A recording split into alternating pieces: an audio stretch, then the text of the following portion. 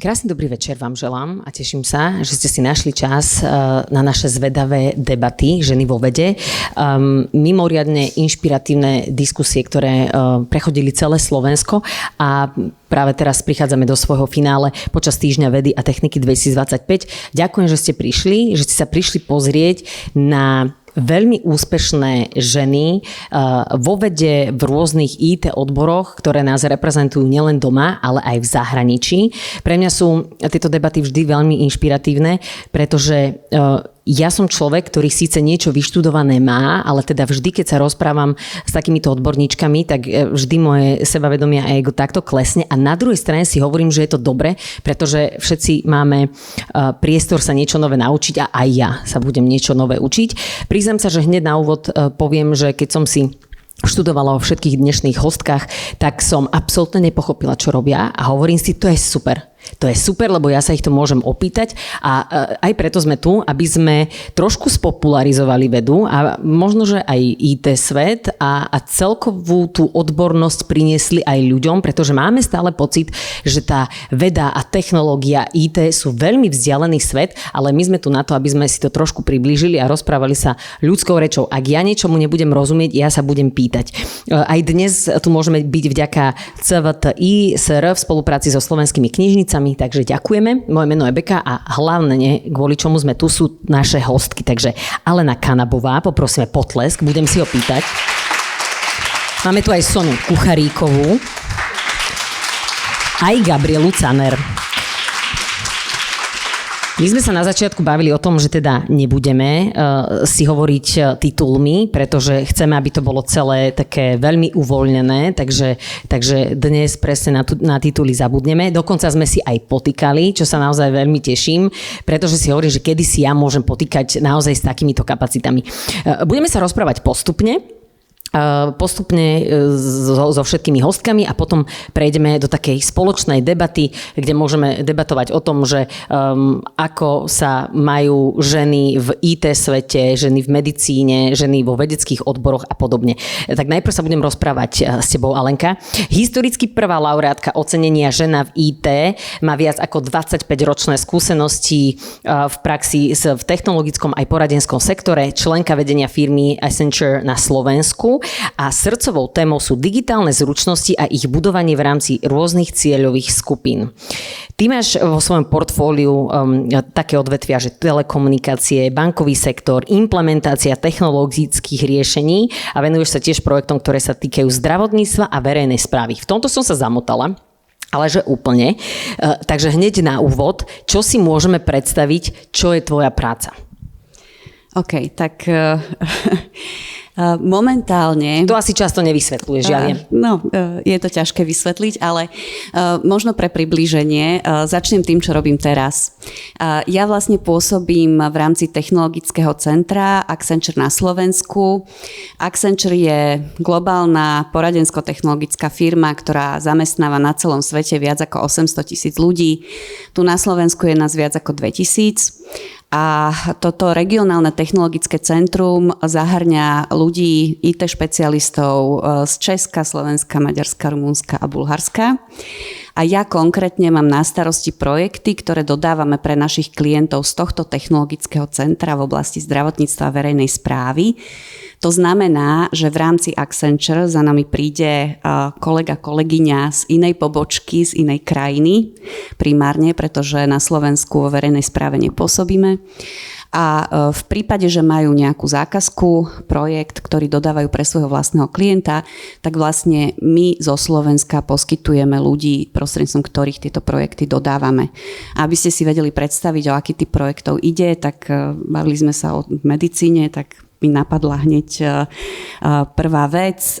Napríklad v rámci Európskej únie existuje Európska lieková agentúra, ktorá schvaľuje nové lieky a my vlastne podporujeme, udržiavame systém, v rámci ktorého vlastne sú evidované všetky tie klinické testy týchto liekov. Takže to je jeden z takých projektov, na ktorom pracuje okolo 30 ľudí od nás, primárne z Bratislavy, ale aj z iných krajín. Predpokladám, že počas covidu ste mali naozaj dosť roboty vysvetľovať, že prečo a ako sú tie veci schvaľované. A asi to je problém toto aj, robíme iba od minulého roka, takže úplne počas covidu sme pri tom neboli. Ale to je len jeden z príkladov. Tými ďalšími klientami alebo klientskými tímami, nad ktorými ja mám dohľad, napríklad je Európska únia, ministerstva v Nemecku, v Rakúsku, írska polícia a podobne, je to naozaj všeho chuť. A tým, že som tam mala uvedené aj tie ďalšie sektory, tak to sú sektory, cez ktoré som prešla predtým. Vlastne od momentu, ako som nastúpila do Accenture, tak som pracovala primárne tu pre lokálnych klientov, Accenture na Slovensku, v oblasti utility, čiže plynári, telekomunikácií. Takže žena, že ty vieš, že úplne, že o tých veciach, o ktorých pravdepodobne veľa ľudí netuší, tak ty vieš vlastne o mnohých veciach mnoho vecí. Myslím si, že rozumiem tomu, ako rôzne firmy fungujú a vlastne tá naša úloha vo firme, ako je Accenture, je dať tým firmám podporu, aby prostredníctvom rôznych IT riešení dokázali fungovať efektívnejšie. Ty sa tomuto venuješ viac ako 25 rokov. Keď si sa vybrala týmto technologickým smerom pred veľa rokmi, tak ako reagovalo tvoje okolie? Tak ja som primárne chcela pracovať v oblasti firemného poradenstva a teda samozrejme, že máme v rámci Accenture aj takúto poradenskú alebo konzultingovú divíziu, čo je práve o nastavovaní nejakých firemných stratégií alebo firemných procesov a podobne. A až neskôr som tak pochopila, že to je poradensko-technologická firma a že tu bude hodne o tých IT systémoch.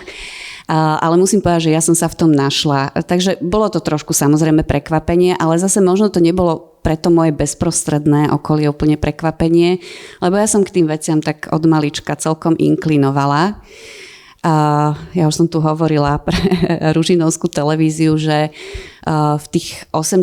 rokoch, keď prišli prvé osobné počítače, tak ja som sa prihlásila do počítačového krúžku. Samozrejme som tam bola jediné dievča a fungovalo tak, že sme mali jeden ten počítač. A to som si chcela tipnúť, že jedna žena, jeden počítač a mnoho chlapcov.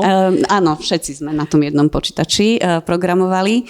Takže už keď som prišla na gymnázium, kde už sme mali aj informatiku, tak už som mala nejaké základy. Ale rada rozprávam ten príbeh, ako teda môj profesor informatiky prišiel za mnou, že počúvajte, že prihlásim vás na takú súťaž v programovaní Zenit. Budeme tam mať atrakciu jedno dievča. A tým pádom moja kariéra v IT skončila v tom momente, presne preto to. A možno sa o tom aj budeme baviť, že prečo vlastne tie dievčatá nám do toho odvetvia nechceli a stále mnohé nechcú ísť, pretože toto je veľmi odstrašujúce, keď vám v puberte niekto takéto niečo povie. A v momente, keď som teda sa rozhodovala, kam pôjdem študovať na vysokú školu, tak bola som prijatá aj na Matfis, ale vybrala som si teda zahraničný obchod a čiastočne to bolo presne aj tým, že v tom mojom okolí nebol nikto, kto by mi povedal, že neblázni, však ako máš na to, aká ekonomia. Proste ani moji rodičia, ani to moje blízke okolie si nevedelo predstaviť, čo by som tam ja akože mohla robiť. Takže vlastne som sa rozhodla pre ten zahraničný obchod a až teda následne som sa takou okľúkou ako dostala. Takže si sa tomu aj tak nevyhla a že jednoducho asi to bolo predurčené. Si nešla a aj tak si sa vlastne k takémuto odboru úplne dostala. Ja musím povedať, že máme niečo spoločné a to teda akože nie je toho podľa mňa v rámci týchto vecí veľa, čo vieš ty a čo viem ja, ale ja keď som bola na strednej škole, ja som mala frajera, ktorý študoval Matfis a ja som strašne chcela byť múdra, tak som sa prihlásila na taký dobrovoľný predmet, na krúžok experimentálnej fyziky. A môj profesor, pán Bíro, pozdravujem ho, tak on po 3 hodinách si ma zavolal vedľa a hovorí, že Katka, neblázni. Počúvaj, toto naozaj, však ako keď chceš, môžeš tu zostať, ale že ja vidím, jak sa trápiš. A ja som naozaj pochopila, že to naozaj nie je dobré a pochopila som to hneď na prvej hodine, kedy som zaspávala, normálne mi takto padala hlava, lebo v prvej hodine sme rátali, tuším, gravitáciu guličky, ktorá teda išla z jednej strany na druhú a hneď keď som prišla dovnútra, tak tam ľudia hrali šach. A ja si hovorím, že ja som tu fakt omylom. Ja som to ale pochopila, že som tam omylom a potom som sa teda vzdialila a zaujímavé, že mňa ten život akože naspäť k tej fyzike nedoviedol a k technológiám a teba áno, ale som rada, že naozaj osud to zariadil tak, že mňa áno a teba áno a mňa nie, lebo keby to bolo naopak, tak je to podľa mňa naozaj že horšie. Ty Ty sa venuješ aj projektom, ktoré majú charitatívny rozmer. V čom je táto práca iná? A ako si vieme predstaviť tieto projekty? Tak ja v Accenture na Slovensku zastrešujem aj projekty s pozitívnym dopadom na komunitu a tým, že sme technologická firma, tak sa snažíme podporovať aktivity, ktoré smerujú do tejto oblasti. Myslím si, že v tejto digitálnej dobe naozaj je veľmi dôležité, aby v podstate v rámci celej populácie sme mali potrebnú úroveň digitálnych zručností, pretože bez toho sa ľudia naozaj nebudú schopní uplatniť. A tie cieľové skupiny, ktoré si spomínala na úvod, sú naozaj rôznorodé. Podporujeme projekty a partnerstva, hlavne teda s neziskovými organizáciami, ktoré pôsobia v oblasti vzdelávania, zamerané práve na rozvoj digitálnych zručností, napríklad dievčat a žien, ale veľmi kľúčovou skupinou v tomto sú pre nás hlavne učitelia. Pretože myslíme si, že bez digitálne kompetentných učiteľov naozaj bude veľmi ťažké vychovať digitálne kompetentnú generáciu. A preto si myslím, že toto je práve tá oblasť, do ktorej treba investovať v tejto dobe asi najviac. Takže napríklad sme pred niekoľkými rokmi v spolupráci s ďalšími firmami, ktoré sme pre túto myšlienku nadchli, spustili program Digitálne kompetencie pre učiteľov, ktorý vlastne dáva možnosť učiteľom aj samých seba rozvíjať v tejto oblasti, ale zároveň skrz nich prinášať na školy rôzne digitálne inovácie, zavádzať rôzne digitálne nástroje do vzdelávania a v konečnom dôsledku aj posilňovať tie digitálne zručnosti žiakov. Ďalší veľmi pekný projekt a vlastne vy ste za to dostali aj ocenenie IT projekt roka 2023 a získali ste to ako firma, tak to bola práca pre iniciatívu Cesta von a OMAMI. V čom spočíval tento projekt? Ja tento projekt poznám a mimoriadne ma to potešilo, že ste pomáhali práve takýmto vylúčeným komunitám a tej generácii, ktorá teda môže výjsť z tej generačnej chudoby. To je práve taký ten aspekt tej našej práce, že my vidíme, že tie technológie naozaj nie sú len na to, aby pomáhali našim klientom, ale môžu mať aj pozitívny spoločenský dopad. A organizácia Cesta von skrz svojho projektu OMAMA naozaj robí skvelé veci, ktoré sú podľa mňa kľúčom k tomu, aby sme rozbili ten začarovaný kruh generačnej chudoby. Ide na to cez vlastne vybavovanie detičiek z vylúčených komunít s zručnosťami, ktoré sú pre nich potrebné, aby dokázali uspieť v škôlke, neskôr v škole, lebo je to základ toho, aby vôbec dokázali napredovať vo svojom vzdelávaní, ktoré je kľúčom k tomu, aby vlastne dokázali sa z toho začarovaného kruhu vymaniť. No a my sme pre túto organizáciu naprogramovali aplikáciu, ktorá sa stala vlastne takým kľúčovým akcelerátorom ich rastu. A tá aplikácia, ktorá je pre nich urobená naozaj na mieru, pokrýva funkčnosti, ktoré sa týkajú nielen chodu samotnej organizácie, nejakých administratívnych aktivít typu evidencia dovoleniek, vykazovanie času tých OMAM, ktoré oni zamestnávajú.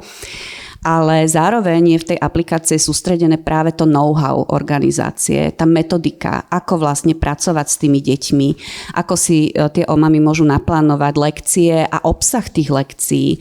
Majú k dispozícii vlastne všetky podporné informácie a čo je tiež dôležité, evidujú si v tej aplikácii vlastne informácie o tých jednotlivých deťoch, o pokroku tých detí. Tá aplikácia dokáže vlastne identifikovať potenciálne vývojové problémy a nasmerovať pozornosť odborníkov na to, že napríklad s týmto konkrétnym dieťaťom treba nejak inak pracovať alebo mu vybaviť nejakú odbornú pomoc, čo je niečo, čo v tých vylúčených komunitách proste neexistovalo doteraz. Takže častokrát došlo k zanedbaniu problémov, ktoré mohli mať riešenie. Postupne vlastne túto aplikáciu neustále vyvíjame a upravujeme podľa potrieb organizácie. Napríklad tento rok sme pridali veľkú funkčnosť, my to voláme, že franchízový model, pretože tá organizácia narastla, ale aby sa ďalej mohla šíriť v podstate tá práca, ktorú robia, tak chcú spolupracovať aj s ďalšími organizáciami alebo napríklad jak sa to povie, municipality, obce, mestá, samosprávne kraje a podobne, ktoré by mohli mať vlastné omamy, ktoré oni vzdelajú prostredníctvom svojej akadémie a môžu tiež aj oni pracovať s tou aplikáciou. Zase získame aj ďalšie užitočné dáta, ale zároveň oni tiež získajú podporný prostriedok pre svoju prácu. Takže my neustále to takýmto spôsobom rozvíjame, udržiavame a verím, že teda aj do budúcna sa nám podarí v tomto pokračovať. To je úplne až neuveriteľné, že ako jedna aplikácia môže naozaj extrémnym spôsobom ľuďom pomôcť a že teda aplikácia môže byť aj niečo iné ako nejaký veľmi dobrý zabijak času. Ty si získala ocenenie žena v IT ako prvá ženská laureátka. To musel byť asi pravdepodobne veľmi dobrý pocit, že niekto vníma tvoju prácu a tvoju snahu v celom tomto odvetvi. Aký to bol pocit? Áno, bol to veľmi dobrý pocit, hoci ten úplne prvý moment, keď som sa to dozvedela, tak som mala takú tú typickú ženskú reakciu, že pre Boha, veď ja si to nezaslúžim. Jasné, že to úplne určite omylom mi to dali. Áno, a hneď mi napadlo, že kto to mohol vlastne získať a že prečo to ja mám zrovna. Ale myslím si, že práve ako keby tam zabodovala tá rôznorodosť tých mojich aktivít. Hej? Že práve, že nie som len človek z biznisu, ktorý sa venuje tým biznisovým projektom a biznisovým klientom, ale že ten záber mám naozaj oveľa širší. A že sa angažujem práve v tom, aby sme pritiahli do IT viacej žien, práve v tom, aby tie technológie mohli slúžiť nejakému vyššiemu dobru alebo nejakému inému účelu aj mimo toho samotného biznisového sektora. Ako dlho ti trvalo, kým si pochopila, že tá cena naozaj patrí tebe? Ale tak mám už za sebou nejaké školenia. Kde ťa naučili si priznať, že áno môže sa aj pochváliť. A mám zvedomený ten impostor syndrom. Takže som si povedala, že ale dobre, a idem si to užiť a teda akože áno, tak zaslúžila som si to. Ale teda keby som nemala za sebou tie školenia, tak pochybujem asi o časy dlhšie. Ešte stále sa hanbíš za to, že si to dostala ty a ospravedlňuješ sa v duchu každej jednej žene, ktorá si to podľa teba zaslúžila viac ako ty. Áno, ale je to fakt taká typická vec. Ja som minulý týždeň bola na odovzdávaní ceny Dionýza Ilkoviča, čo je cena pre učiteľov prírodných vied. A vyhrala to pani učiteľka, matematička z Banskej Bystrice. A prvá vec, ktorú povedala, bolo, že to nezaslúži. Bože môj, že ja som si to vôbec nezaslúžila, to ocenenie. A presne sme sa s kolegyňou na seba pozreli a vrajím si, ja za ňou musím ísť a musím jej povedať, že toto nech nerobí. Že proste všetci vieme, že si to zaslúžila, to ocenenie, akože nech nedehonestuje to, čo vlastne dokázala. Ale super sa radí ostatným v tej istej veci. Áno, presne, je to tak. Potom si dala kontakty, že kam sa ozvať, na aké ísť školenia, aby teda pochopila, že toto ocenenie bolo práve pre ňu. Máš za sebou kopec úspešných projektov, ale hovorí sa, že nás učia hlavne tie neúspešné. Ktorá tvoja chyba, alebo možno, že niečo, čo nevyšlo úplne na 100%, bolo pre teba najviac prínosné? Ja si myslím, že v tom živote sa človek naozaj potýka s rôznymi problémami a pre mňa také najväčšie poučenie ako je asi v tom, že niekedy je naozaj čas odísť alebo vystúpiť od niekiaľ a nenechať sa prevalcovať. A zase je to možno taká, akože aj také špecifikum nás žien, že my sme veľké perfekcionistky častokrát. Ja nechcem paušalizovať a nechcem tu nejaké stereotypy ako šíriť, ale tak ako vidím ten svet okolo seba, tak naozaj, že toto máme my v sebe asi hlbšie zakorenené ako muži. A veľmi sa obávame nejakých vlastných zlyhaní. A častokrát to ide ako keby na úkor nás samých, že naozaj nechcem ukázať, že proste niečo sa deje a mám nejaký problém a podobne. A ja som sa teda dostala raz tak na pokraj totálneho vyhorenia a teraz ako čerpám z tej skúsenosti, že otvorilo mi to oči, že naozaj nemusím všetkých okolo seba urobiť šťastnými, že občas sa treba pozrieť aj sama na seba a postarať sa o seba a povedať si, že teraz už fakt ako je toho dosť. A myslím si, že toto bola naozaj veľmi dobrá skúsenosť, ktorá mi pomáha aj rozpoznať teraz, keď vidím niečo takéto okolo seba a aj upozorniť tých ľudí, že možno stačí sa zastaviť a že tá práca je stále len práca. A pri tej práci, ktorú ja robím, tak zväčša nikto nie je ohrozený na živote, keď sa niečo nepodarí. Až s takými vecami ja nepracujem. Takže treba si nájsť nejaký svoj odstup od toho a vyhodnotiť to, že či má zmysel do toho naďalej investovať svoju energiu. Inak toto je veľmi dobrý príklad, že ja si tiež hovorím, že keď sa mi nepodarí nejaký deň v práci alebo v rádiu niečo poviem, alebo proste už sa mi stalo, že som išla na nejaký event a povedala som samozrejme meno, ja neviem, konkurenčnej firmy alebo tak. Áno, stane sa aj to, keď mozog ide na dovolenku a zabudne vám to povedať, ale ja si vtedy presne toto poviem, že ja urobím chybu, tak maximálne sa ja zo svojho uhla môžem strápniť, aj to trápno trvá chvíľu a že jednoducho ja nie som neurochirurg, ktorý keď urobí chybu, tak tie chyby sú tam naozaj devastačnejšie. Takže ďakujem veľmi pekne a poprosím potlesk. Alena Kanabová. Teraz sa ideme rozprávať so Soňou Kucharíkovou, expertkou na rezistenciu mikroorganizmov. Tvoje výskumné portfólio zahŕňa najmä štúdium kvasiniek a vo svojich projektoch si sa venovala predovšetkým mikroorganizmom z nemocničného prostredia a zároveň, a toto ma naozaj že veľmi upútalo, hľadáš nové terapeutické postupy, ako predchádzať vzniku infekcií na medicínskych pomôckach, aby sa predĺžil život pacientov. A teda treba povedať, že v roku 2022 si sa stala laureátkou programu L'Oréal UNESCO pre ženy vo vede v kategórii vedy o živej prírode. Takže toto je naozaj tiež brutálne portfólio a ja si tiež môžem hocičo predstaviť. Jediné kvasinky, ktoré poznám, si hovorím, že v pive by mali byť, keď sa to robí, ale ty predpokladám, že sa asi pivu nevenuješ. Takže v čom si vieme predstaviť tvoju prácu, Soňa? Tak ďakujem veľmi pekne za slovo. Odborníčka na rezistenciu, vlastne ide o to, že študujeme teda mikroorganizmy sa nachádzajú všade okolo nás a ľudia ich väčšinou vnímajú ako teda patogény alebo niečo zlé. Ale musíme si najskôr uvedomiť, že oni nám robia veľkú službu, pretože napríklad trénujú náš imunitný systém, aby sme neochoreli.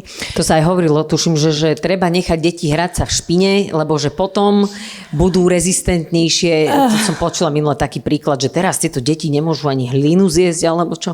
A že proste, že veď my sme to prežili, tak prežujú aj ostatní. Toto som počula ja. Áno, tak táto téma, akože odtiaľ potiaľ určite s tou špinou si myslím, ono všetko má svoje hranice a aj prehnaná čistota môže viesť práve k nejakým určitým akože vznikom určitých teda ochorení alebo náchylnosti na nejaké ochorenie, ale skutočne všetko s mierou, pretože aj vďaka alebo nevďaka tým klimatickým zmenám sme vystavení patogénom, o ktorých sme si mysleli, že už teda neexistujú alebo že vymreli. Máme tu teda rôzne prítomnosť teda napríklad čierneho kašľu a tak ďalej. Takže ale v tej mojej výskumnej práci sa teda najmä venujem patogénnym kvasinkám, ktoré teda napríklad rodu Candida, ktoré sú schopné teda vyvolať ochorenia, avšak oni sú teda prirodzenou súčasťou nášho organizmu, napríklad nájdeme ich na koži alebo v urogenitálnom trakte a tak ďalej, gastrointestinálnom trakte. No a my sme teda, ja som sa dostala do tímu ako študentka pani profesorky Bujdákovej na Prírodovedeckej fakulte Univerzity Komenského v Bratislave na katedre mikrobiológie a virológie, ktorá vlastne v tom období začínala projekt na schopnosti vlastne týchto mikróbov tvoriť biofilm, teda na určitých pomôckach, ktoré sa využívajú napríklad v medicíne na prežitie pacientov, teda rôzne katetre, umelé chlopne, ale napríklad s tým biofilmom sa môžeme stretávať aj každé ráno, čo je napríklad dentálny plak, ktorý my mechanicky odstraňujeme zubnou kefkou. Takže je to teda ako keby komunita tých mikróbov, avšak oni, ak sú spolu, vytvárajú si spoločenstvo, sú to teda kamarátky, oni spolu komunikujú perfektne a vytvoria si ako keby taký stan a v tom stane sa ako keby zakuklia a tento stan nedokáže rozpoznať náš imunitný systém, nedokážu ho napríklad cez takú tú obranu prechádzať teda tie liečivá a v tom momente dávame teda šancu týmto mikróbom stať sa odolnými.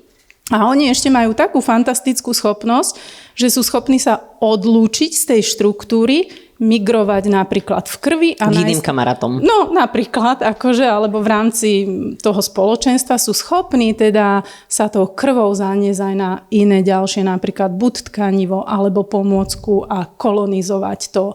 A častokrát je to teda u pacientov, ktorí sú hospitalizovaní na jiskách, alebo teda pacienti s veľmi ten imunitný systém, ako vôbec nefunguje, tzv. Imunokompromitovaní pacienti, onkologickí pacienti s HIV alebo prepuknutým AIDS. Takže to už sú také vážnejšie teda prípady. Ty si sa prihlásila aj do talentového programu L'Oréal UNESCO pre ženy vo vede. S akým projektom si sa prihlásila do tohto projektu a vlastne ty si potom sa stala aj laureátkou v svojej kategórii? Áno, to bolo veľmi nečakané, pretože... Tiež to bolo nečakané. To bolo skutočne nečakané, lebo ja som bola na rodičovskej dovolenke s mojím synom a ja si to pamätám ako dnes. Mamina mi povedala, že v sobotu popoludní som to odposlala, tú aplikáciu, pretože mi moja mamina varovala malého teda syna a bolo to len tak, ale prihlásila som sa s projektom vlastne schopností, ako dokážu, pretože to nie, ten organizmus náš je zložený z baktérií, kvasiniek a ako oni spolu dokážu existovať práve v tomto spoločenstve. Takže toto bol taký projekt vlastne, že kvasinky plus baktérie sú schopné tvoriť biofilm, dokážeme tam vplývať určitými existujúcimi látkami na túto formu komunity a tak ďalej. Takže áno. Takže s týmto projektom. Áno. Aký to bol pocit, keď si sa dozvedela, že teda si sa stala laureátkou a dostala si toto ocenenie? Ten pocit bol, prvý pocit bol taký, že Pane Bože, čo sa stalo? Ten e-mail, ja si to od tej pani Ivany, ktorá mi poslala, že som teda vybratá do toho programu, ale že musíme byť o tom ticho až do posledného momentu, kedy sa to teda oboznámi sa s tým teda verejnosť. A bolo to také, že ten prvý moment bol, že wow, efekt. A potom druhý moment bol, že taký možno iný, že konečne také zadosťučinenie, že tie hodiny v tom labáku, akože v tom zahraničí, hoci kedy poviem úprimne, ťažké stavy, akože rodina mi veľmi chýbala, ja som sa aj vďaka tomu, teda to, že mi chýbala veľmi rodina, ja som sa v roku 2018 vracala naspäť na Slovensko po 11 rokoch, takže som pekne dokončila všetky projekty, dobré vzťahy so šefom, všetko, ale ten vnútorný pocit domova je nenahraditeľný. To sa nedá nejako ani zaplatiť. Môžete mať kamarátov z celého sveta, ale byť doma je doma. Takže bolo to aj také zadosťučinenie za tie roky strávené v tých labákoch, cestovaním. Mnohokrát si niekto myslí, že wow, že ako sa nacestuješ, ale ja som nechodila spoznávať krajinu. Letisko, prednáškovú sálu, labáky. Akože mňa to naplňalo veľmi, mňa moja robota teda bavila, aj veľmi baví.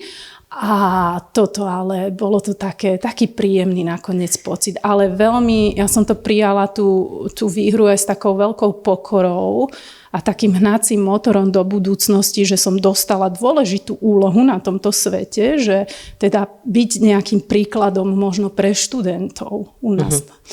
Ty si hovorila, že teda ťa ocenili a ocenili ťa v zahraničí. Máš pocit, že dostatočne je vnímaná vaša práca dôležito aj na Slovensku? Alebo máš pocit, že tam to trošku ešte pokulháva? Začiatky, teda myslím, ten návrat bol veľmi ťažký.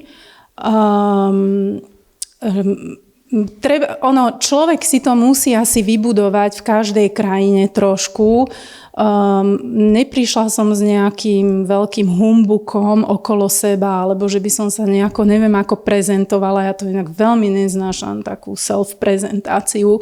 Takže, ale postupom trošku času som si musela vybudovať nejaké také portfólio, aby skutočne si uvedomili možno ľudia aj u nás, že je tam ten potenciál a netreba možno ním mrhať. Sonia, ty si hovorila, že keď si veľa cestovala, tak si videla presne letisko, potom prednášaciu sálu, potom si videla labák. Aká krajina ťa naozaj mrzela, že si videla len labák, videla si letisko, videla si prednášaciu sálu a nevidela si tam aj zvyšok? Tak, ktorá, akože to by bolo ťažko možno povedať, ale... Že ísť na Maldivy a pozerať sa proste do mikroskopu, tak to by ma mrzelo. Tam bohužiaľ neboli takéto konferencie, teda väčšinou je to v iných mestách. Ale ja som sa potom spätne vrátila do tých miest. Napríklad mne sa veľmi páčil veľmi Washington napríklad. Tam sa mi veľmi páčil hlavne tie múzea a táto časť. Ale napríklad veľmi rada a doteraz sa tam vraciam je napríklad Rím.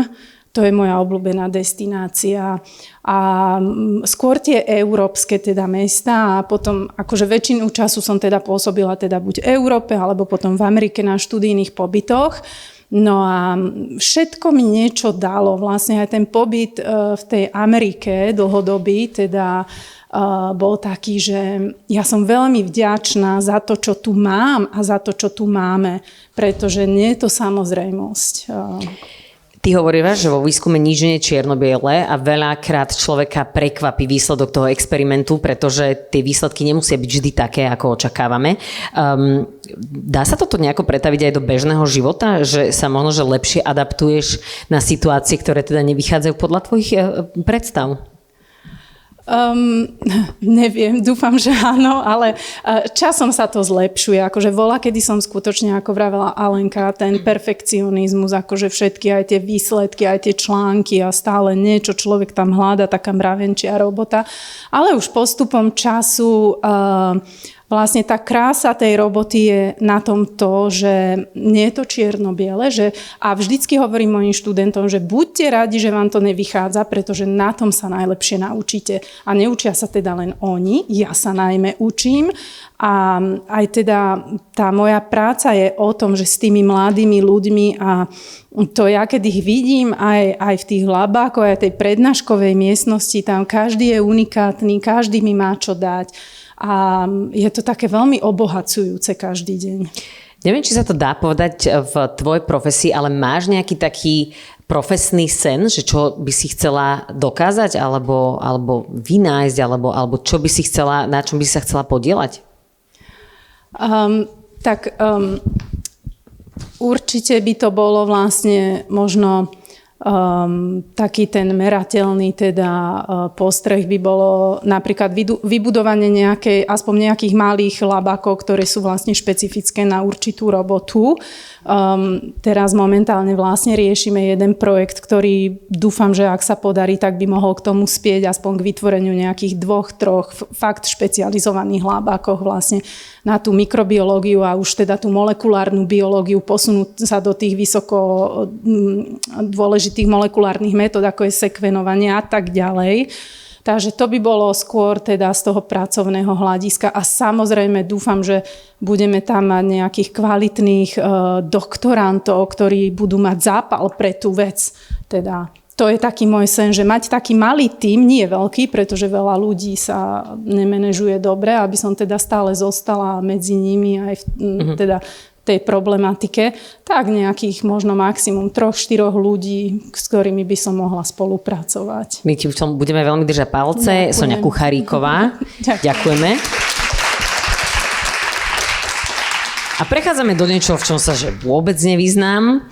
A máme tu ďalšiu hostku, Gabrielu Caner, docentka aplikovanej informatiky, vysokoškolská akademička, pohybuje sa v oblasti medicínskej štatistiky a matematiky pre umelú inteligenciu, čo teda toto, keď som prvýkrát prečítala, tak normálne mi, že zostal server len takto stať a teraz som si hovorila, že ani doľava, ani doprava hovorím, že jako? To bola moja jediná a hovorím, že musím si to prečítať ešte niekoľkokrát a hovorím si, že tak sa ťa to budem musieť asi opýtať.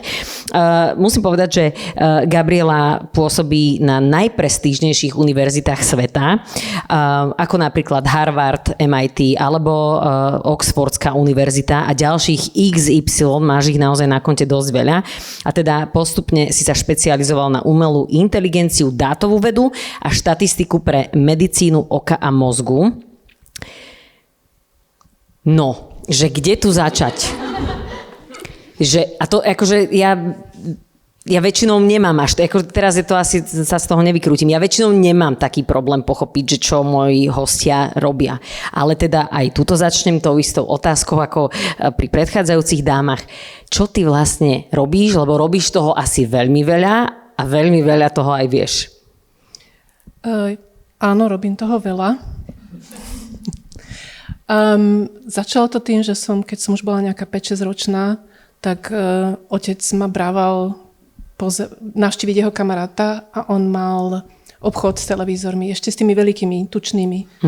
A on jeho Raz taký na mňa padol, keď som mala 5, mám pocit, že stále tie následky cítiť. Na mňa nepadol, ale boli otvorené zozadu a oni sa rozprávali, ja neviem o čom, ale ja som pozerala do toho televízora, do jedného, do druhého a ja som si povedala, toto chcem robiť. Počkaj, ale z ktorej strany si pozerala do tej telky? Zozadu. Zozadu. To je to dôležité. Vidíš, toto je to dôležité, lebo veľa ľudí pozerá na telku podľa mňa tým nesprávnym spôsobom, aby ti to niečo dalo. Áno.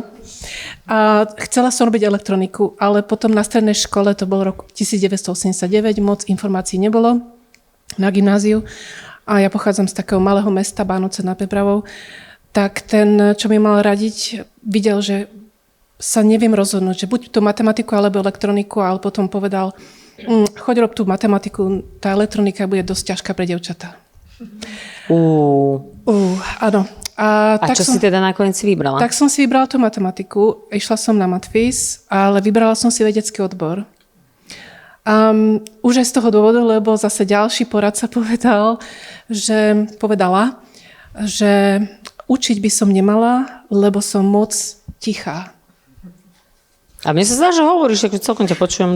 No, ja som človek, ktorý je taký dosť často uzavretý. Ja mám samozrejme aj trému, keď rozprávam, ešte stále mám trému. Počuj, pozeraj sa na mňa, ale časť práce, ktorú ja robím, je, že rozprávam k študentom alebo ku kolegom.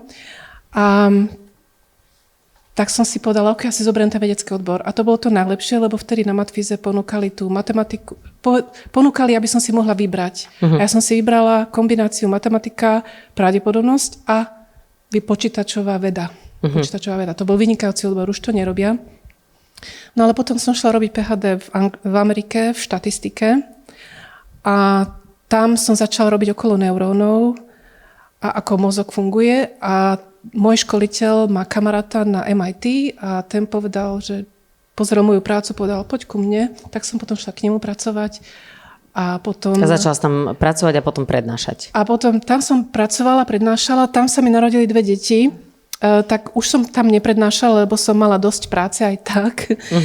A potom sme prišli do Anglicka, ale v Anglicku som bola extrémne úzko špecializovaná. Nikto mi nechcel dať prácu, lebo povedali, ty robíš s mozgovými dátami, toto zatiaľ nikto nerobí, len v Londýne. Tak som si všimla, že tam sa otvoril odbor na Oxforde ani nie odbor, ale bola tam práca, že robiť medicínsku štatistiku, tak som im napísala, že zoberte ma, ja sa to naučím pri práci a pozrite, čo všetko ja viem. A oni ma hneď zobrali. Takže ty si im povedal, že neviem síce toto, čo vy chcete, ale ja sa to naučím, ja viem ostatné veci. Presne tak. To je super, že vlastne úprimnosť v tomto ohľade naozaj, že zafungovala. Bola som tedy už taká zúfala, že som si povedala, to už asi tomu neuškodí, keď to napíšem tak priamo. Ale samozrejme, že som bola veľmi vecná a úctivá aj všetko okolo toho. Aj som napísala, čo všetko by som priniesla ja a oni povedali, skvelé, len poď. Tak som tam u nich pracovala a potom sa mi zrazu otvorili dvere aj do ďalších zamestnaní. Ako napríklad som začala pracovať s očnými lekármi v Liverpoole a tam zrazu sa začala objavovať tá umelá inteligencia. A ja som si povedala, však ja som matematik, ja si to viem aj naprogramovať, veď ja to chcem robiť. A tak som to začala robiť, doučila som sa sama za pochodu tie technológie a teraz vlastne sa dostávam k tým prístrojom naspäť, k tým prístrojom, ktoré napríklad snímajú obrázky oka. Takže naspäť si sa vrátila do momentu, keď si sa do tej telky pozerala z druhej strany. Prišla som tou okľukou. A aj tak ťa to vlastne takto doviedlo na takéto miesto. Čo je absolútne že fantastické. Inak mne sa páči, no tak som si to po ceste nejako doštudovala. Takýto odbor, hej? Že len tak som si to doštudovala, že len tak akože niečo si načítam k tomu, tak si myslím, že toho muselo byť naozaj že dosť veľa. Poďme teda k tomu, že teda pracuješ s tými prístrojmi, ono sa to venuje medicíne oka a mozgu. Na čo nové sme prišli, alebo čo napríklad na Slovensku nevieme, že sa s tými prístrojmi dá robiť? Veľa vecí. Je ešte veľa vecí, čo sa dá robiť s prístrojmi. Teda je veľa vecí, čo sa už dá robiť a je ešte stále veľa vecí, čo nevieme. A tým slovom nevieme, myslím, všetkých na svete, nielen na Slovensku. Okay. Na Slovensku vedeckí pracovníci samozrejme majú prístup k tým zahraničným databázam, vidia, čo sa robí, aj keď nemusia mať prístup ku všetkým databázam, lebo za to sa platí. A takže tie lepšie univerzity majú viac peňazí a dostanú sa k tým databázam a vidia, prečítajú si tie články a zistia, čo sa všetko robí. Čiže napríklad vieme nasnímať obrázky sietnice, čiže tej zadnej časti oka, takže sa pozrieme cez tú zreničku. A potom na tom obrázku sa môžeme pozerať, že či vidíme nejaké deformácie očného nervu. A podľa toho vieme zisťovať, a to robí napríklad moja výskumná skupina, zisťujeme, že či tá deformácia nejakým spôsobom súvisí s tým, že človek, alebo to oko má zelený zákal, čiže glaukoma po anglicky, a že ako by to mohlo pomôcť tým lekárom to diagnostikovať čo najskôr, lebo ten zelený zákal je bohužiaľ takzvaný silent thief of sight. Je to tichý zlodej zraku. To znamená, ten zrak... Asi zisťovať ho predtým, ako ste donesli túto technológiu, bolo mnoho náročnejšie. Je to veľmi náročné, na to sú lekári, oni sa vám pozrú do oka, ešte akože zažívanie, akože nezoberú si obrázok, ale pozerajú sa naň. A oni takže majú také trošku 3D view a oni sa pozerajú, že ten tréning, čo majú lekári, je dosť komplexný. Takže je to dosť komplexná robota. A napríklad som sa stretávala s pacientami, ktorí prišli k optometrovi, to je ten človek, ku ktorému prídete, aby vám zistil, že aké máte mať okuliare, ale on sa do vášho oka aj pozrie, či tam vidí nejaké náznaky, nejaké problémy, tak ale on nemá diagnostické licencie. On má nejakú licenciu niečo rozoznať, ale on nediagnostikuje. On potom povie, že či máte ísť do nemocnice alebo k lekárovi si to oko vyšetriť. A napríklad v Anglicku sa stáva, že takto všetci tí, čo sú poslaní do nemocnice alebo k špecialistovi, len asi 30% ozaj má ten zelený základ, takže tam je napríklad veľký problém, že sú tam extrémne čakačky. A ten zrak sa nedá vrátiť pri glaukome. V čom, ty si hovorila, že si sa teda venuješ aj teda umelej inteligencii. V čom nám umelá inteligencia pomáha teraz na poli medicíny? Na poli medicíny je to tak, že aby tá umelá inteligencia... Takto. Tá umelá inteligencia sa môže používať v rôznych oblastiach, alebo teda sa skúma, kde všade by sa mohla používať. Ja sa venujem len určité oblasti a tá oblasť je, že keď máme obrázky oka alebo mozgu, či vieme zistiť, či tam je tá choroba alebo není a či to vieme zistiť, že to má nejakú diagnostickú presnosť alebo len nejakú screeningovú presnosť. Že to robím ja.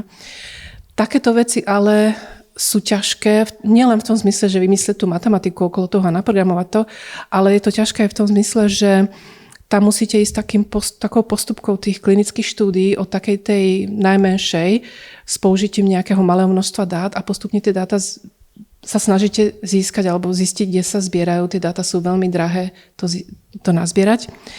A tá umelá inteligencia, aby sa potom používala v praxi na ten screening alebo diagnostiku, to musí prejsť cez ten kontrolu úradu liekov, alebo kontrolný úrad liekov, tak sa to tuším bola.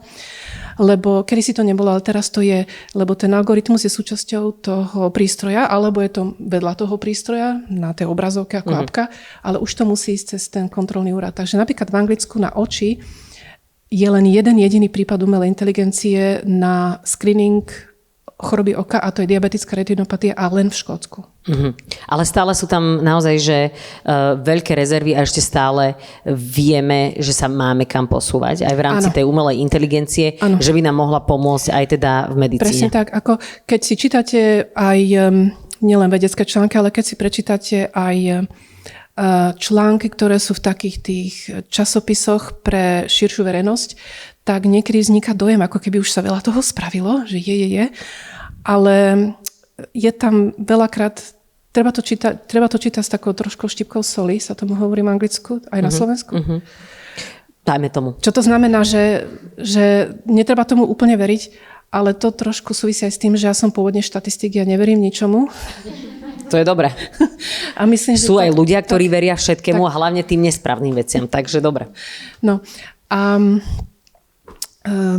je tam veľa, kde sa ešte treba posúvať. A ja myslím, že to posúvanie by malo ísť tým smerom, že nemali by to robiť len tí matici a tí ITčkári, alebo teda tí, čo kódujú, ale mali by tam byť pritom aj ľudia zo sociológie, zo psychológie a ľudia, ktorí sa vyznajú v tom, ako my robíme rozhodnutia okolo našej chorobe. Tým my myslíme ten človek, čo možno má chorobu, alebo aj ten lekár. A samozrejme potom by tam mali byť aj tí ľudia od toho biznisu, aby zistili, že či je to nejaký zaujímavý a dobrý biznis model pre nielen niekoho na tom zbohatnúť, ale aby aj tá krajina vedela si to dovoliť.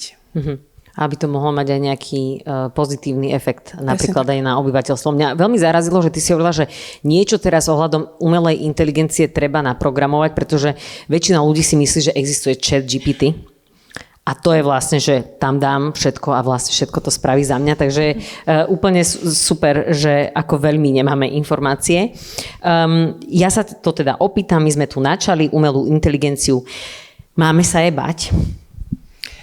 Lebo toto je otázka, hovorím si, že ja sa ťa to musím opýtať, lebo stále počúvam len taký ten názor, že ona raz z nás zničí. My prestane, akože mám taký pocit, že už ľudia prestávajú rozmýšľať, lebo niektorí sa pýtajú chatu GPT aj, že či si majú dať kávu, ale teda ja sa pýtam, že či to má aj možno, že nejakú inú sféru, ako tú sféru toho strachu, že teraz prídu nejakí roboti. Tak mám dve veci na to, čo povedať. Poprvé, ten ChatGPT alebo ten General Language Model, ja by som to ešte stále nenazvala inteligenciou, lebo ono to nevie plánovať. Ono to je len akýsi autoregresívny model, že ono si povie, že čo asi tak povie najbližšie 2-3 slova, 4-5. A potom na základe toho sa zase rozhodne, že čo to asi niektorí ľudia. To znamená, ono vôbec neplánuje, ale pritom zaujímavé, že to veľakrát povie niečo, čo má hodnotu, ale treba tam dávať riadnu dávku soli. Okay. A potom po druhé, ja si myslím, že sa nemáme bať umelej inteligencie. Mali by sme sa bať ľudí, ktorí by tú umelú inteligenciu išli zneužiť. A ja myslím, že veľa ľudí s tým súhlasí. Určite. Okay. Ale máme teda aj veľa ľudí a teda asi aj ty medzi takými pôsobíš, ktorí sa snažia tú umelú inteligenciu využiť na tie účely, ktoré by mohli naozaj ľuďom veľmi pomáhať. Poďme teda od tvojej práce k niečomu, čo tu mám tiež napísané. Prosím vás, že svoj voľný čas ty rada tráviš experimentovaním a teraz počúvajte, že v kuchyni. Takže aký experiment naozaj naposledy nevyšiel, Gabika? A už som sa zlakla, že ma ideš predstaviť ako expertku na varenie. To teda nie som. Preto si to napísala, ja to že experimentuješ. Áno, experimentujem. Totižto, ja nielen, že učím, čo je vlastne súčasťou práce. Ja robím aj výskum, to znamená viesť skupinu, zháňať prostriedky alebo financie, aby sme mohli existovať. Ale potom ja robím aj akési administratívne funkcie na univerzitách, to znamená nejaké iniciatívy medzi fakultami. A teraz, čo sa týka výskumu, tak ja tam robím jednu takú vec, ja plánujem experimenty ako štatistik. To znamená... Ja iba čakám, že ako sa dostaneme k tomu vareniu, lebo áno, toto je taký príbeh. Idem k tomu, to príde. Plánujem experimenty. A čo to vlastne znamená? Ja mám v podstate takú licenciu na to, aby som zistila, koľko tých pacientov by sme vlastne mali najať, aby tá štúdia mala výsledok, ktorý je konkluzívny. Po slovensky má vypovedateľnú hodnotu. To znamená, že si povieme, áno, niečo sme sa naučili, namiesto toho, aby sme povedali, mali sme málo pacientov, nenaučili sme sa nič, teraz sme minuli peniaze, náš čas a ešte aj čas pacientov a možno sme ich aj vystavili niečomu nebezpečnému. Okay? No a ja, keď plánujem tie experimenty pri tých štúdiách s pacientami, alebo respektíve so zajačikmi, alebo so skúmavkami, tak ja aj si potom tie experimenty plánujem aj doma. To znamená, keď ja chcem vedieť, aký vysoký, že keď chcem mať čo najoptimálnejší ten muffin, no, tak ja som si to naplánovala doma a ja som si povedala, že OK, potrebujem 3 rôzne dávky toho prášku na pečenie a potrebujem tam niekoľko rôznych výplní, rôzne množstvo múky, rôzne množstvo tých banánov. Toto kombinuješ? Áno, a aby to nebolo také jednoduché, tak som na to použila dizajn, ktorý sa volá latinské štvorce. Poznáte latinské štvorce? Vieš, ja sa čudujem, že nikto tu nepozná latinské štvorce okrem teba. Keď ty ideš na to, aby si napiekla mafiny, si spravíš štúdiu. Tak to sú latinské štvorce, ale oni sú úžasné, ja to vysvetlím, to pochopíš. Ja A čakám. predstavte si taký štvorec 7x7 a predstavte si 7 farieb. Okay? Mám. A teraz dostanete úlohu, že každý riadok má presne jednu z tých 7 farieb, to znamená, každá farba je tam presne raz. Áno. V každom riadku je to tak spravené, ale aj v každom stĺpci. Tomu sa hovorí latinské štvorce. A z toho vznikne taká krásna mozaika. To je fascinujúce. Ja myslím, že ste to už videli. Niektorí tam aj trošku... No a ako nám toto súvisí, že jak to robíš tie mafiny, aby to bolo latinské štvorce? Jasné. Súvisí to s tým tak, že napríklad tá červená farba, to bude jedna konkrétna kombinácia faktorov. Áno. Ako napríklad 3 hrozienka, riadna dávka, Ja milujem. riadna dávka prášku do pečiva a riadna dávka banánov. Okay, a ďalšia tá farba zelená, tam bude zase menej toho prášku do pečiva.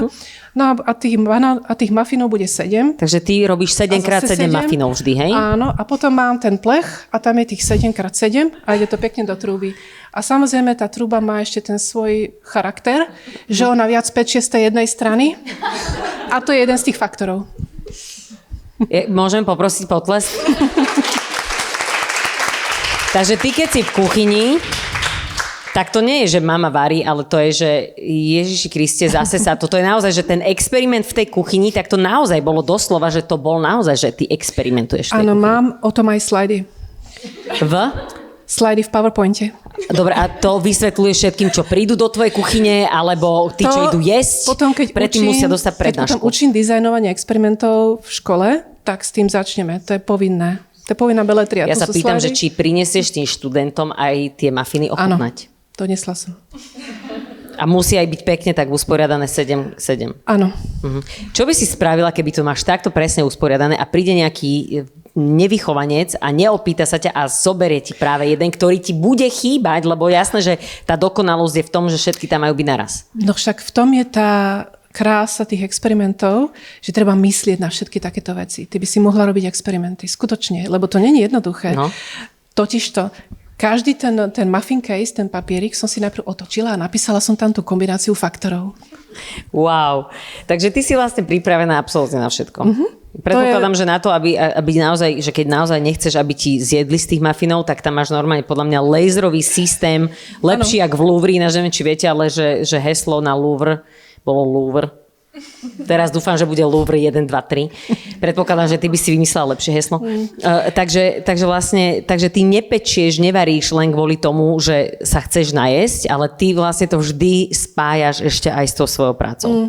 Asi to súvisí s tým, že moja myseľ stále ide na plné kolečka. Asi. Ja si myslím, že lebo my ostatní, keď chceme napríklad, že vypnúť, tak si ideme spraviť bolonéze a spravíme ich ani nevieme ako, ale ty si vlastne všetko musíš zapisovať. Ne? Keď ty varíš alebo pečieš a robíš tieto experimenty v kuchyni, aby som to nedehonestovala len tým, že varíš alebo pečieš, lebo toto je niečo úplne iné. Toto je úplne iný level pečenia a varenia. Je to stav, kedy ťa nikto nemôže vyrušovať vtedy? Môžem rušiť, kľudne.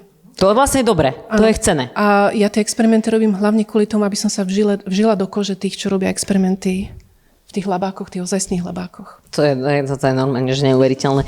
Ja ti veľmi pekne ďakujem, že ja som sa dozvedela, že aj takáto, ja keď na budúce budem vidieť rímske štvorce. Latinské. Prečo hovorím rímske? Tak vidíš, ešte tak veľa sa toho na mňa nenalepilo. Latinské štvorce, keď budem vidieť, tak ja budem myslieť na tvoje mafiny. Robíš aj niečo iné okrem mafinov? Áno, robím bolognese spaghetti. 7x7, tiež nejako? Tam je trošku iný princíp. Ďakujem veľmi pekne. Absolútne fenomenálna Gabriela Canner. A teraz sa poďme pustiť do tej našej takej spoločnej témy a to už vás nebudem že nejako že vyvolávať, to už poďme sa o tom baviť. Aké to majú ženy vo vede alebo ženy v IT, ženy v takýchto odboroch, v ktorých ešte stále, možno na prvý pohľad a niekedy aj na ten druhý, nie je až toľko veľa žien oproti mužom. Aké máte vy skúsenosti, či už zo zahraničia, alebo zo Slovenska, či ste sa s tým niekedy stretli, že ste boli posudzovaná, že žena a IT, alebo že žena a takýto vedecký projekt, že či s tým nejaké skúsenosti máte. Lebo vieme, že teda síce žien v IT napríklad je o mnoho viac, ako pred 10 rokmi. Štatisticky stúplo to asi o nejakých, tuším, 8%, tak nejako, pár percent, ale teda ešte stále nie sme na tej úrovni, že by to bolo nejako, že 50-50, alebo aspoň nejako primerane. No je to pravda a myslím si, že má to niekoľko dôvodov. Myslím si, že ten hlavný dôvod je, že naozaj už na tom vstupe je tých žien oveľa menej a tu sme počuli ako krásne príklady, ako toto ty nedáš, alebo toto nie je pre teba vhodné a tak ďalej, že tie korene sú naozaj v tom spoločenskom nastavení a v tom, ako vnímame v podstate tú opodstatnenosť existencie žien v rámci nejakých odvetví a tú podporu, ktoré tie dievčatá dostávajú pri tom, ako sa rozhodujú o tom, akým smerom sa vybrať. Teba tiež nazval ten tvoj pán profesor. To bola atrakcia, ale tak on to myslel akože dobre, ale to je práve to, že častokrát tí ľudia to naozaj, že myslia dobre, hej, že oni nemajú zlé úmysly v tomto a chcú tým dievčatám dobre, no čo ty už len tam pôjdeš akože do toho IT, lebo tam sú len tí programátori tam v tej pivnici, hej. Kde určite nemajú ani len ženské vecka. Presne, no takže myslím si, že čiastočne je to dané týmto a že podľa mňa my potrebujeme zmeniť túto percepciu, hej, a tieto naratívy a pracovať s tými stereotypmi. Hej? A to je dlhodobý proces, je to o popularizácii tých konkrétnych odvetví medzi rodičmi napríklad, čo je ale veľmi náročné, preto som aj na úvod hovorila o tých učiteľoch, lebo myslím si, že to je taká druhá významná skupina, ktorá dokáže toto nejakým spôsobom ovplyvniť. A je to skupina, s ktorou sa dá lepšie pracovať, lebo je to menšia skupina a máme na nich nejaké páky. Hej? Takže myslím si, že kým toto sa nejak ako zásadne nezmení, tak proste sa ďalej nepohneme. A aj keď budeme robiť rôzne iniciatívy takéto z dola, ako otvárať tie dvere a povzbudzovať tie dievčatá a tak ďalej, tak vidíme, že áno, má to nejaký prínos, hej, že to percento zastúpenia tých žien nám rastie, ale stále to nie je nič významné. A ja si myslím, že tam potrebujeme spojiť to, čo ide z dola, aj to, čo ide z hora a vlastne vôbec celkovo zmeniť to nastavenie v tej spoločnosti a odstraňovať tie nevedomé predsudky a rôzne stereotypy a to je naozaj beh na dlhú trať. Ale možno by som povedala, keď hovorím o tých opatreniach z hora, že my máme napríklad pobočku teda aj v Rumunsku v rámci nášho technologického centra. A tam je ten podiel tých žien naozaj že veľmi dobrý, hej, ja neviem, okolo 40%, ak si dobre pamätám teraz. A ja som sa tak častokrát pýtala, že prečo to Rumunsko je tak dobré na tom v porovnaní s ostatnými krajinami a ukázalo sa, že tam reálne počas niekoľkých rokov v relatívne dlhom období boli zavedené napríklad daňové úľavy pre ľudí, ktorí išli študovať technické smery. A bohužiaľ to už zrušili asi pred rokom alebo pred 2, takže samozrejme sme aj my riešili vo firme, že sa ľudia búrili, že chcú nejak kompenzovať to, čo teraz im ten štát naviac vyrúbi na daní. Ale toto bola napríklad podľa mňa veľmi efektívna metóda, ako motivovať ľudí vrátane mladých žien, aby išli študovať tie technické smery. Hej? A takéto niečo sa podľa mňa dá relatívne ako jednoducho spraviť a divím sa, že na to nikto ako keby neprišiel doteraz, okrem toho Rumunska. Takže myslím si, že naozaj to je vec, ktorá sa týka aj toho nastavenia tej spoločnosti a kým nezmeníme vôbec ako keby to vnímanie toho postavenia žien, tak sa v tom až tak veľmi nepohneme.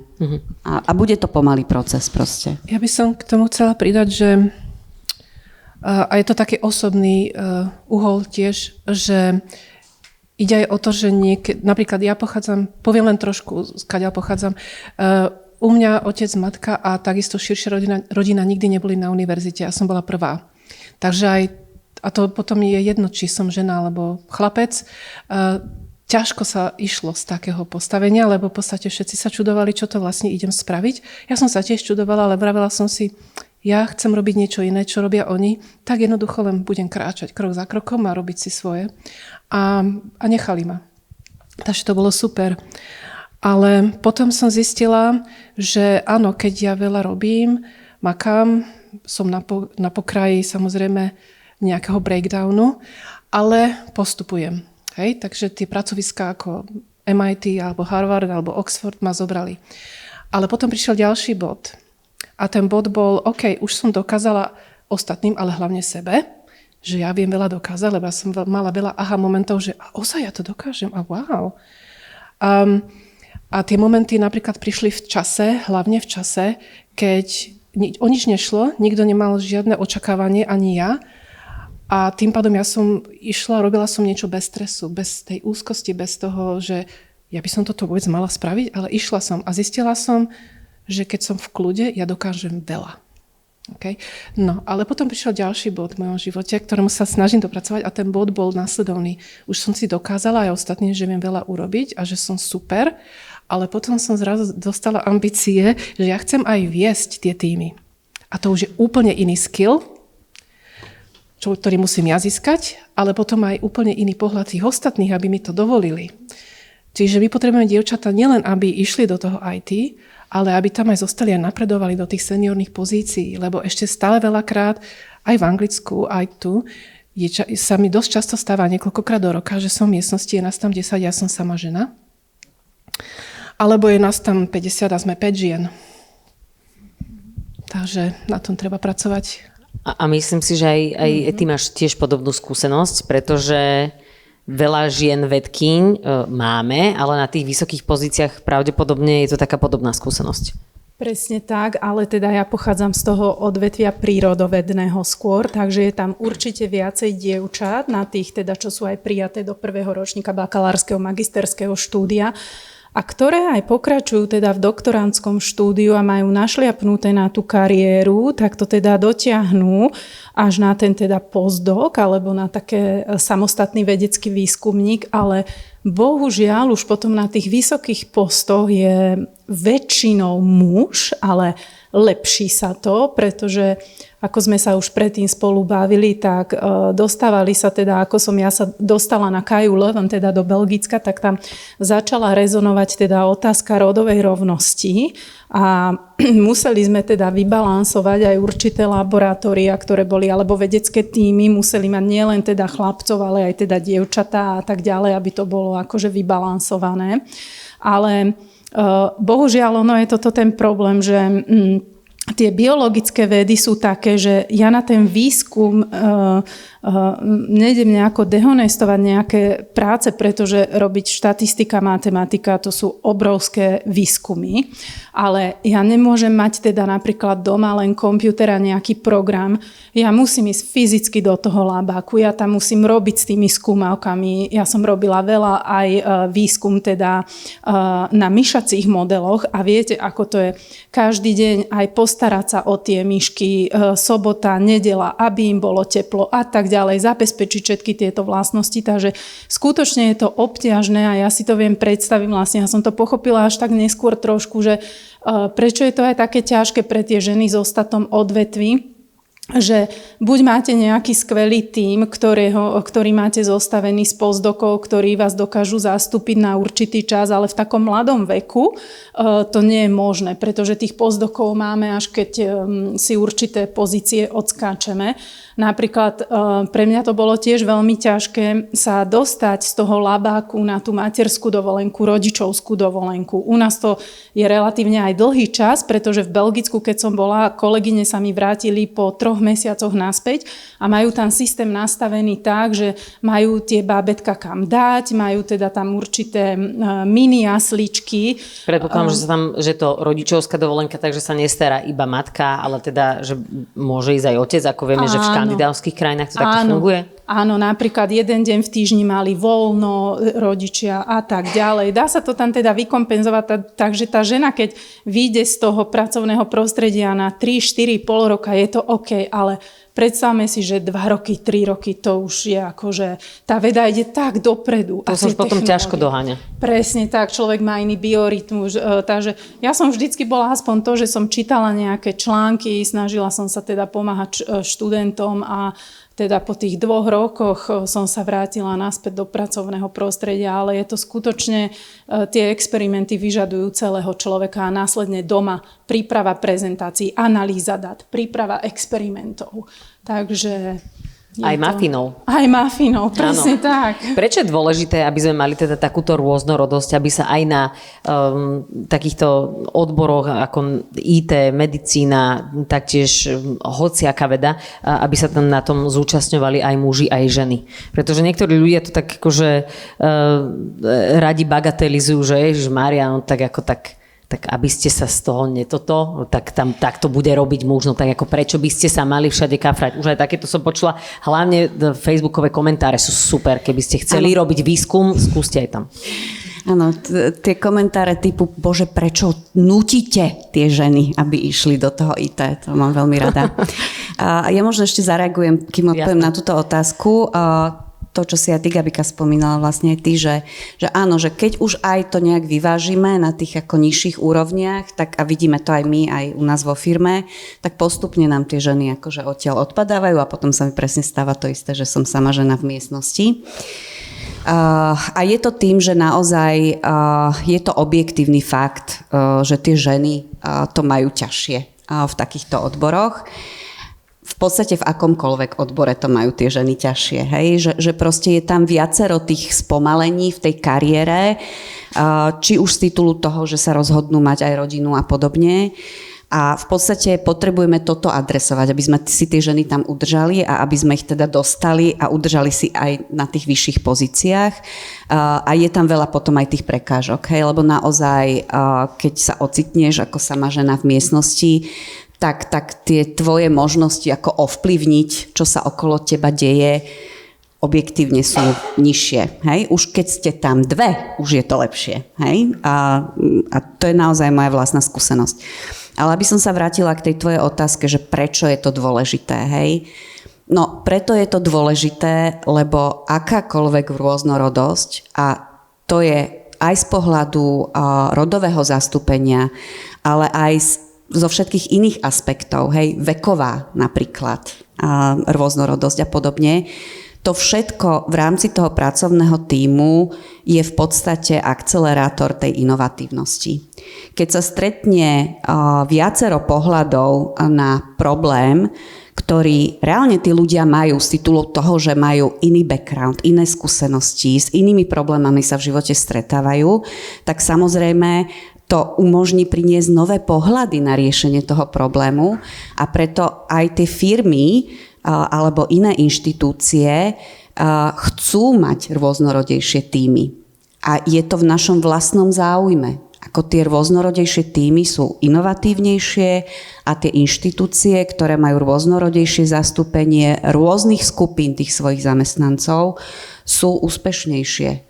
Takže ako ten business case za tým jednoznačne je, ale ja mám pocit, že nie všetci aj vo vedení tých firiem a inštitúcií to chápu a sa s tým stotožňujú. Mnohí to berú ako nejakú módnu vlnu a potom si myslím, že je presne správne, že robíme takéto opatrenia, ktoré môžu niekomu pripadať akože nespravodlivé a ja sa s tým častokrát stretám, že prečo zvýhodňujete tie ženy. A my sa na to musíme pozerať z toho opačného hľadiska. My ich nezvýhodňujeme, my len ako keby dorovnávame to, kde oni ako keby strácajú proti tej majorite. Hej? A toto je podľa mňa ten základný koncept a to, prečo aj tá téma inklúzia, diverzity je tak ako negatívne vnímaná, že ja si myslím, že sme neurobili dobrú prácu v tom, aby sme vysvetlili, že prečo vlastne to my chceme. Hej?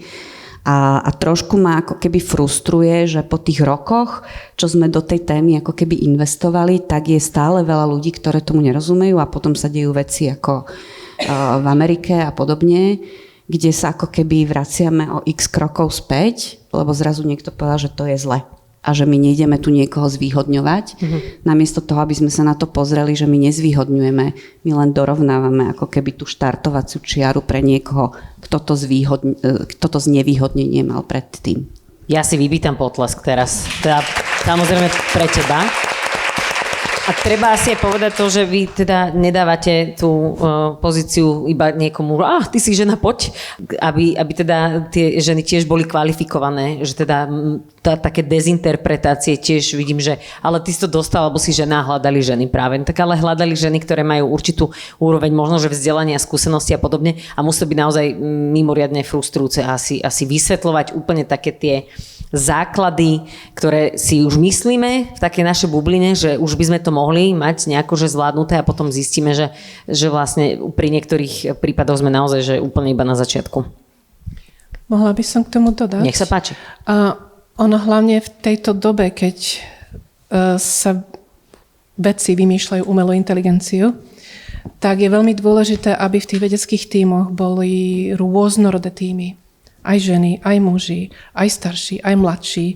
A dokonca, aby tieto týmy komunikovali pravidelne so všeobecnou verejnosťou. Neviem, či to prekladám dobre. Public.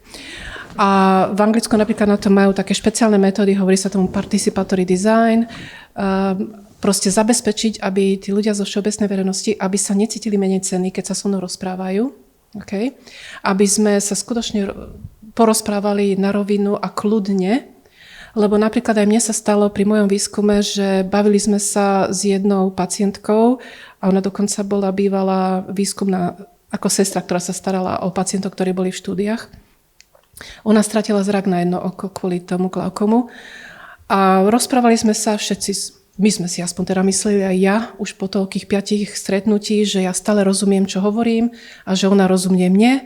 Hej, a potom som jej dala text, že toto si prečítaj, že o tom budeme robiť výskum a toto je presne text, ktorý má byť napísaný tak, aby to pochopil aj 16-ročný človek, ktorý začal na strednej škole, tomu sa hovorí tá lay summary.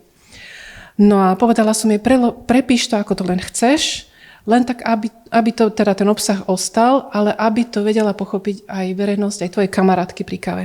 A ona to tak prepísala, že ten obsah sa zmenil. Tak som si ju zavolala, čo sa stalo. Teda nepovedala som, čo sa stalo, zavolala som ju, že tak sadneme si, porozprávame sa o tom. Je to super, ale... No a zistila som, že vlastne tam boli body, kde sme si stále nerozumeli, len ja som si o tom nevedela. Proste ja som vnášala do toho ten svoj bias, že som si myslela, že ja viem, čo hovorím, že ja to hovorím systémom, že to ona chápe, ale nie. Okay? A to bol taký jeden príklad a veľmi to posunulo projekt dopredu. Lebo sme konečne pochopili, čo sa vlastne deje v hlave človeka, keď príde k tomu lekárovi. Teda bol to jeden človek, ale určite reprezentuje veľa ľudí. Jasné. A je veľmi dôležité, aby pri vymýšľaní tej umelej inteligencie, hovorím vymýšľanie, ale proste vytváraní tej umelej inteligencie, tých algoritmov, aby tam bolo veľké zastúpenie, široké zastúpenie, nie jedna žena, ale teda, aby to bolo balansované. Aby sme spĺňali nejaké kvóty, aby sme si mohli dať do prezentácie napríklad, že áno, že veď máme tu aj ženy. Janka, postav sa Jani a vidíte, máme tu aj ženy. Lebo aj tak sa to deje v mnohých firmách, samozrejme. Lebo ja súhlasím, je veľmi ťažko, aby som ja presvedčila sama, keď je tam veľa mužov, to sa mi stalo veľakrát. A človek môže povedať, že veď to nejako nezaváži, že či ste muž, či žena, ale zaváži. Zaváži. Keď je to o zdravie, tak to zaváži. Inak ja, ak by som mohla tu na Gabiku nadväzovať, keď som teda pripravovala tie veľké projekty v Belgicku, aby som mohla pracovať, tak jednou časťou tohto projektu bolo práve zhrnutie celého projektu v reči pre laickú verejnosť a to sa hodnotilo ako prvé, ako ja viem podať môj vedecký background širokej takto verejnosti. Takže je to veľmi dôležité a myslím si, že by to malo byť súčasťou každého projektu. My budeme držať palce, aby teda bolo stále viac žien nielen v IT, ale taktiež v medicíne, vo vede, aj na vysokých pozíciách, pretože by to malo byť rôznorodé, aj sme si povedali, prečo je to veľmi dôležité. Takto na záver by sme si mohli povedať, čo by ste odkázali ženám, ktoré možno, že zaujímajú tie telky z druhej strany, alebo zrazu zistujú, že vlastne počítač je super nie len kvôli tomu, že ja neviem, sa dá na tom niečo pozrieť, ale že sa to dá možno, že z tej úplne druhej strany tomu rozumieť. Alebo proste sú to tiež dievčatá, ženy, ktoré ťahá ich možno, že tá veda a majú možno, že nejakú pochybnosť, možno, že aj o sebe. Myslím si, že tam je dosť veľa otázok aj možno, že so sebavedomím, že prečo nemôžeme ísť možno, že ďalej a podobne. Tak čo by ste odkázali takýmto mladým ženám, ktoré rozmýšľajú nad svojou budúcou kariérou? Ja by som poradila, že treba si ísť za tým, za čím vám srdce piští. Treba si veriť. Treba sa obklopiť ľuďmi, ktorí vám dajú ten správny feedback. A treba z času na čas aj niekomu napísať, hej, poď sa so mnou porozprávať, lebo sa potrebujem poradiť, ako napríklad ja som sa raz poradila s Alenkou, asi rok a pol dozadu a bolo to super.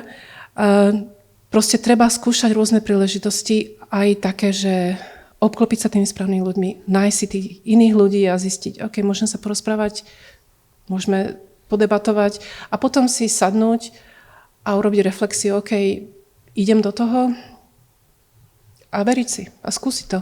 A keď sa aj pomýlim, v pohode, tak som sa niečo naučila. A čo som sa naučila? A zase sa posuniem dopredu. Takže treba si veriť. Ja možno na to nadviažem. Ono je to ťažké si veriť. Ale pre mňa osobne taký ten oslobodzujúci pocit nastal, keď som si tak uvedomila, že sa začínam pozerať na veci z pohľadu, že čo najhoršie sa môže stať. Áno. A toto, keď si opakujete pri akomkoľvek rozhodnutí, tak je to naozaj veľmi oslobodzujúce. Lebo na konci dňa zistíte, že no tak až tak nič hrozné sa nestane, tak pri najhoršom začnem niekde inde od začiatku alebo čokoľvek. Čiže podľa mňa toto nastavenie je dôležité. Čo najhoršie sa môže stať. Nie, že čo si pomyslia susedia. No, ale toto je podľa mňa presne tak. A toto je podľa mňa jeden z tých rozdielov napríklad medzi mužmi a ženami. Vieme tie štatistiky, že muž, keď je na 50% kvalifikovaný, tak sa prihlási na nejakú pozíciu. Žena, kým si nie je istá na 110% a to ešte stále bude váhať a podobne. Čiže treba sa na to pozerať z tohto uhlu pohľadu a veľmi dobre si povedala o tom obklopení sa tými ľuďmi, že častokrát tí ľudia sa dajú nájsť ako mimo tej našej bezprostrednej komunity. A myslím si, že tá doba teraz naozaj prostredníctvom tých komunikačných nástrojov, ktoré máme, tomuto praje, že vieme si nájsť toho nejakého mentora, podporovateľa, aj online, vieme sa na niekoho obrátiť. Sú organizácie, ktoré majú komunity vybudované, ktoré môžu byť tie podporné komunity. Hej, konkrétne, keď hovorím o tých dievčatách Vité, tak veľmi úzko spolupracujeme aj ako firma, aj ja osobne napríklad s organizáciou IT v IT, ktoré pracujú už s dievčatkami naozaj od tej základnej školy a práve ten vek predpubertálny je v tomto kľúčový, pretože v tej puberte tie dievčatá zväčša strácame, tak ako stratilo IT vtedy mňa. Našťastie ťa našli. Potom ma našli, no. Takže hľadať takéto podporné komunity, lebo podľa mňa toto je veľmi dôležité. No a potom by som ešte chcela povedať, že je dôležité, aby my ženy sme sa navzájom podporovali. Že v tom je naozaj naša sila a už len tým zdieľaním tých našich skúseností, už len tým, že pochopím, že nie som v tom sama, X ľudí si týmto prešlo, X žien si tým prešlo. Aj toto dáva ako keby nám veľkú silu, podľa mňa. Určite súhlasím s týmito názormi a ešte by som podotkla, že veľký vplyv, teda aspoň na mňa, malo vždy teda, okrem tých teda komunít, sociálnych sietí a správnych kamarátov, ale aj rodina. Takže určite by mali teda v prvom rade rodičia podporovať tieto deti, aby sa nejako nezatratili z toho priestoru, pretože ja to vidím napríklad na mojom vlastnom príklade môjho syna, ktorého absolútne veda nezaujíma, je úplne iným smerom, ale podporujem ho tým, čím chce byť, lebo každý sme jedinečný, unikátny a to vždy hovorím aj mojim študentom, aj študentkám, pretože väčšinou sú to práve teda dievčatá, ktoré za mňou prídu. Pani docentka, ja to nedám, ja to nestíham, ja to neviem, ja sa to nenaučím a potom musím rázne zakročiť, že vy to dáte, bude to tak a hotovo. Oni posluchnú nakoniec, akože, lebo to je super, vy to dáte, beriem to ako rozkaz, dám to. Ja vidím ten potenciál a oni nevidia v skutočnosti ten potenciál, ktorý majú a čo môžu dať, teda nielen teda tomu výskumu, ale aj spoločnosti. Takže určite súhlasím, sú to teda komunity. Samozrejme, ja som mala skvelé príklady, vždy ženy od prírodovedeckej fakulty, cez KU Leuven, cez univerzity teda v Amerike až po Trnavskú univerzitu v Trnave, takže vždy som sa stretla s veľmi inšpiratívnymi ženami, ktoré mali taktiež rodiny, viacero detí a na vysokých postoch ženy, takže to sú také skvelé príklady, ktoré vám umožnia ten pohľad, že áno, dá sa to. Môžem ešte doplniť. Ja som nedávno narazila na štúdiu, keď sa bavíme o nejakých dátach, ktorá hovorila, že v prípade, že sa deťom dostane povzbudenia, napríklad to sa týkalo práve toho IT, že majú na to a že môžu sa ubrať tým smerom, takže je 2,5 až 3 krát vyššia pravdepodobnosť, že sa tým smerom aj vyberú. A to povzbudenie môžu dostať od hocikoho, či už od rodičov alebo od učiteľov, ale bohužiaľ dievčatá, alebo teda zástupcovia iných marginalizovaných skupín, čo napríklad my tuto nemáme, ale napríklad na základe nejakej rasy a podobne, tak dostávajú toto povzbudenie oveľa menej. Čiže myslím si, že je pre nás úloha aj ako rodičov, alebo ľudí, ktorí proste majú nejaký výtlak aj vo svojom okolí, zabezpečiť, aby sa toho povzbudenia tým potenciálnym talentom, ktorí sa môžu objaviť aj v tej vede alebo v nejakých technických odvetviach dostalo. Ja vám veľmi pekne ďakujem. Vy mi to dúfam, že nemáte za zle, že som trošku natiahla tento čas, ale to sa naozaj nedalo, pretože ste všetky tri hovorili mimoriadne inšpiratívne a zaujímavo. Takže ďakujem, že ste tu s nami boli. A znova by sme mohli dať potlesk našim hostkám. Alena Kanabová, Soňa Kucharíková, aj Gabriela Caner. Ďakujeme veľmi pekne.